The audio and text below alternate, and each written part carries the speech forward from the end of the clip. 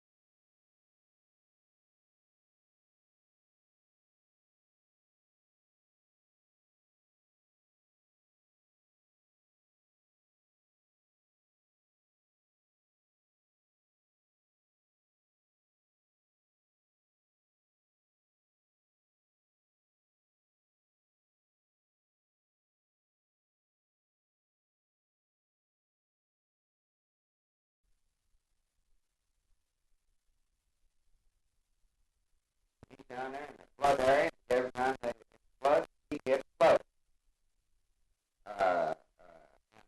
I think if I was in the group, I'd be wanting something too.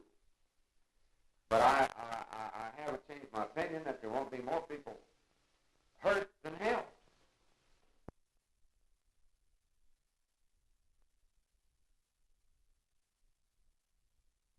He also told me that 3 or 4 different procedures that you could go through, and he said you could put it off. Even if they got their 3 sets of engineers to prove it and got their loan, he said we might stave it off through court action for 2 or 3 years, but he said that would be the limit.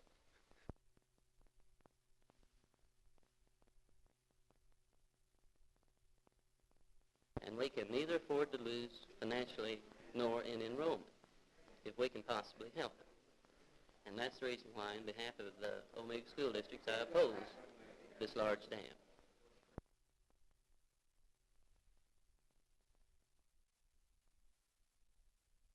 Now, those who are in favor of it, raise your right hand. All right, those that are opposed, raise your right hand. Well, it's got to be unanimous because there isn't a man here that's against it.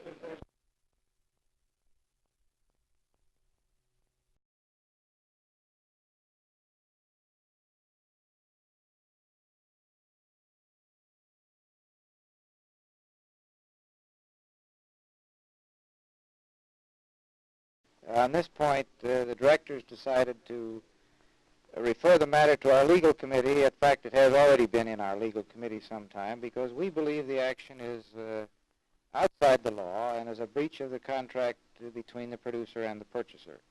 This matter will be pursued as soon as we get the complete legal picture on it.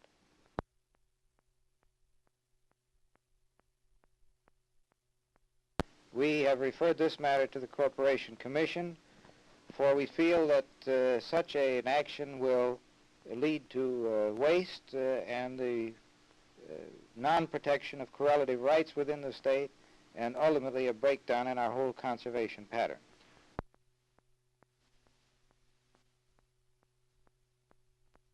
We are, here in Oklahoma. We have recommended, or we are recommending today to our commission that they give a serious thought to a substantial reduction in production immediately. Do you have a recommendation percentage-wise on this reduction?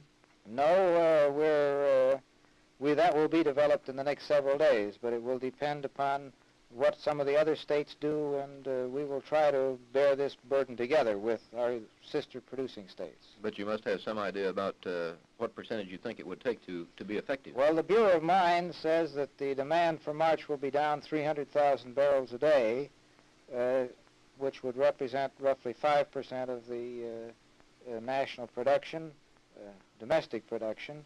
And we think that part of the inventory has to be wiped out, too. So we're talking in terms of, say, roughly 10% of the total production.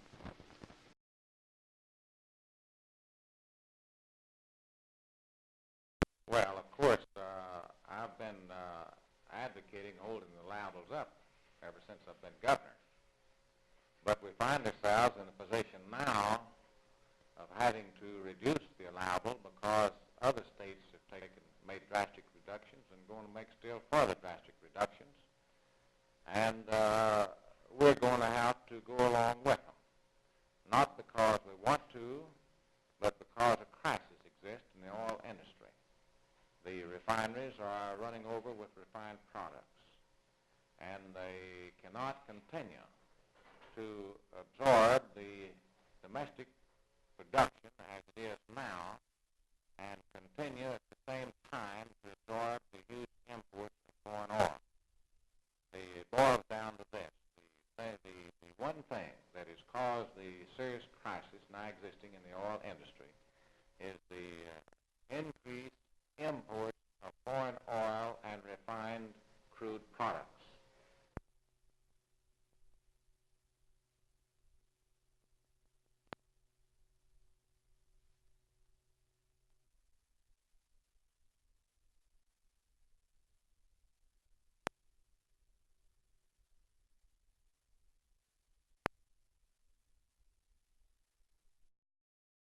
Now, in line with the last statement you made, if this is what's needed, and due to the fact even the territory that you acquired in 56, now then you're asking for territory, you understand, beyond that.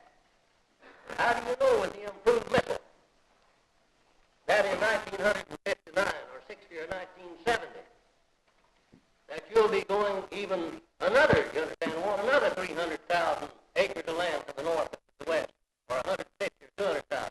Now, how can you anticipate what the future will be? If I understood, now pardon me, I may make my statement, I may make too much statement, but follow me, please, my thinking. If I understood you this morning before this committee, you told us, if I understood, that if you could get the area that's in the map that you presented to us today, that would be definitely all the area that you would need to carry out a program indefinitely. Is that true? I think not many mistakes, but it's right. That's related to mission characteristics, missiles, I can see, that we can know about coming into all future research development. That area would allow us to carry our mission out in that area that we have. Everybody, being a man, the kind of work you is doing what you know, concerning the fact and this field of our material development that's down in. And the already in picture some of the next what the mission might think to do. Into the fact that as far as the people in that area, that we don't have any security whatever relative to the idea that ultimately all of Kiowa County and half a dozen other counties around out there might not be turned into a military reservation in order to carry on the experiments you're carrying on down. I'm not experiencing such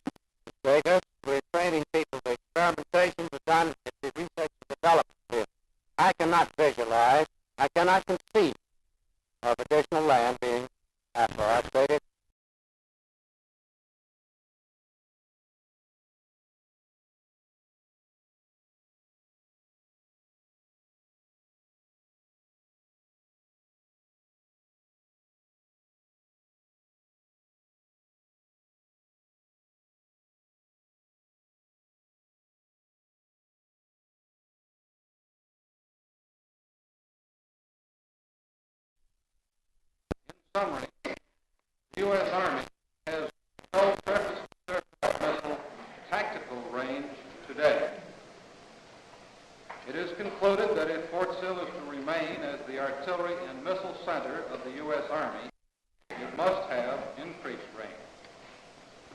And the plan as outlined presents the minimum requirements as well as the total requirements for as far as can be foreseen.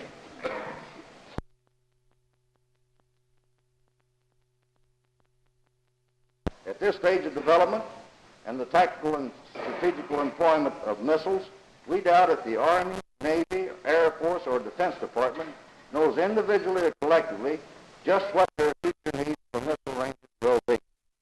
All of them do know that they're going to require millions of acres of land, so why not start locating missile ranges where it's both practical and possible to enlarge them with less cost to the taxpayers and less inconvenience to the citizens, and that place is not in the thickly populated, highly productive land of western Oklahoma.